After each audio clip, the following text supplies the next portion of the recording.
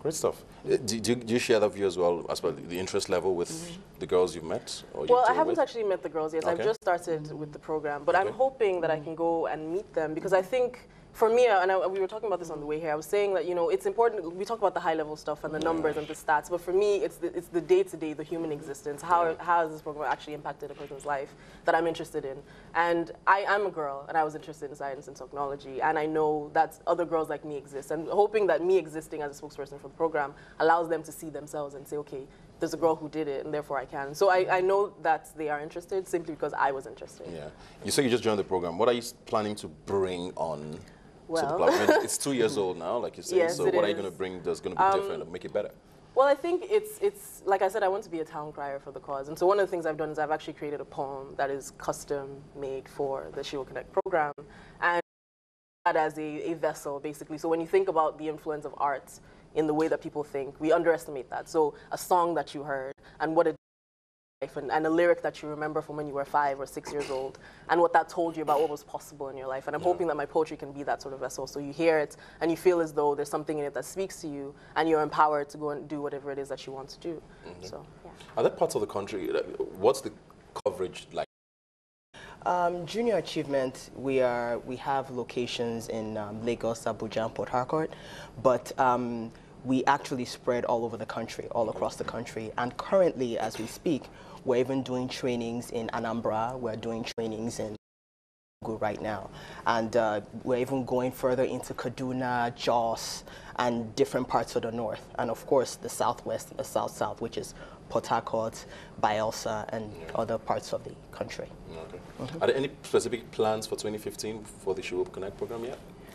Well, we take it per quarter. So this first quarter is really just about creating momentum behind the program. The next will probably be about going out to meet the girls, attending the training programs, and continuing to build from there based on where the need is. Okay. So, yeah.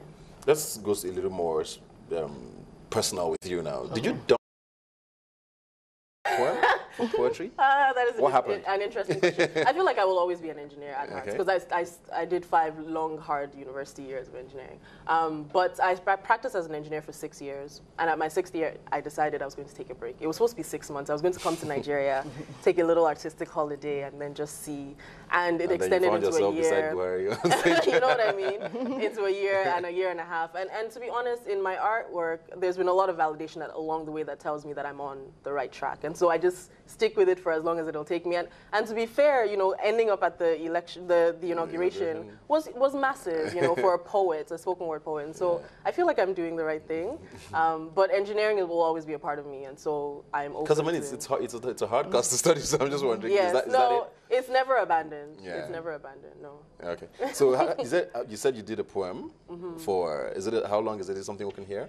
It's a longer poem, so I actually can't do it on air. But it is available. It's online. It's on SoundCloud. Go listen to it. Okay.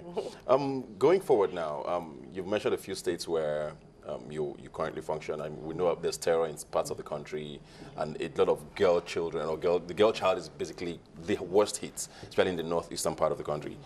Are there plans to go in there, and how would that work? Yeah. If you know. Well, we're not sure yet. We're just going to keep listening to the news and listening to what is going on, because, you know, if we're working there, I'll be sending my staff and my volunteers out to that area, just making sure that the area is safe enough to go. But it is in our agenda to go there and actually reach out to, especially some of the IDPs, and reach out to some of the women and girls. Like in those camps, I don't know how schooling works there now. Do you have any idea? I'm not quite sure, but my staff in the north, they are more abreast in that area, and we're actually put out a grant to go out in those areas. How's Junior Achievement doing these days? We're doing okay. We're doing quite well. We're actually having our company program competitions around the country. We had one in Lagos on the 18th.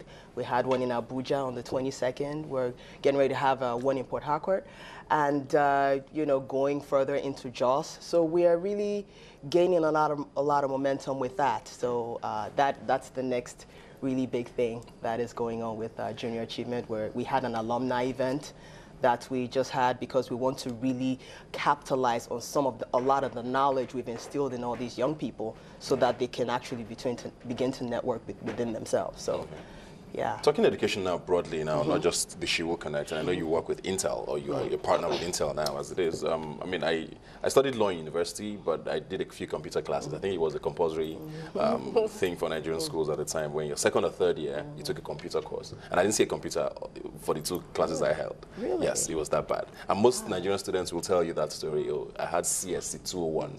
And I never saw a computer. It was all just, you write, I draw these diagrams. Just imagine it. And you Me just too. draw it. I'm trying to You know what wrap I my mean? head So, around it.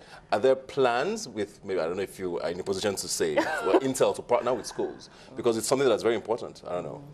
I think that is something that should be considered, and like I said earlier, this barrier of affordability. So if you don't have a device, all these things that we're training you to do don't matter. And so I think that Intel is interested in that, and I think that should be the next step naturally. Yeah. Actually, Intel, what they actually wanted to do is create this awareness and this momentum so that they can partner with other organizations so that they can actually make these devices affordable for women and girls eventually, since they have that reach.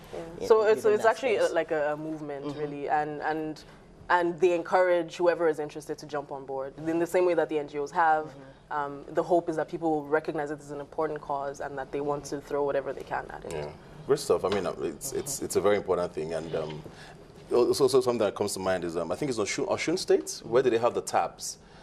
Where they give primary and secondary school students a tab with their books and all of it inside. Things like devices like that, I'm sure is also something that you can also look into. Absolutely. And Definitely. that would help. Intel, are you listening? I'm throwing out ideas there. They should be paying me for this, isn't it? Right. But just a final word now. What are you looking forward to, seeing from this program, to achieve with this program? I mean, the goal for 2020 is ambitious, but I think it's not impossible. And so I'm excited about the success stories. So not just girls who were trained, but girls who have taken that training and done incredible things. Because if you think about the young voices in this country that aren't heard, who have great ideas, this program, at least for the girls and the women, gives those people an opportunity to exist in the world that we do. I'm excited to hear what those stories look like at the end of the day. And that goal is ambitious, but I'm excited for us to tell the story in 2020 and say, okay, we actually did it. 5 million people, 5 million girls. Yeah. What are you looking forward to? Yeah, what I'm looking forward to is to be able to build these partnerships within the technology space so that we'll be able to get some resources so that we can do the work. We can go out to the schools and actually have internet access. We can actually have computers and tablets and the devices to actually implement the work, because those were some of the issues that we were finding when we're going out on the field working with these girls. So that's a young Ebuka doesn't have to imagine imagine a computer, he can actually have one. Yeah. All right. Before we go on, I'm going to put you on the spot, Titi. You have to do something. I mean, I can't have you here.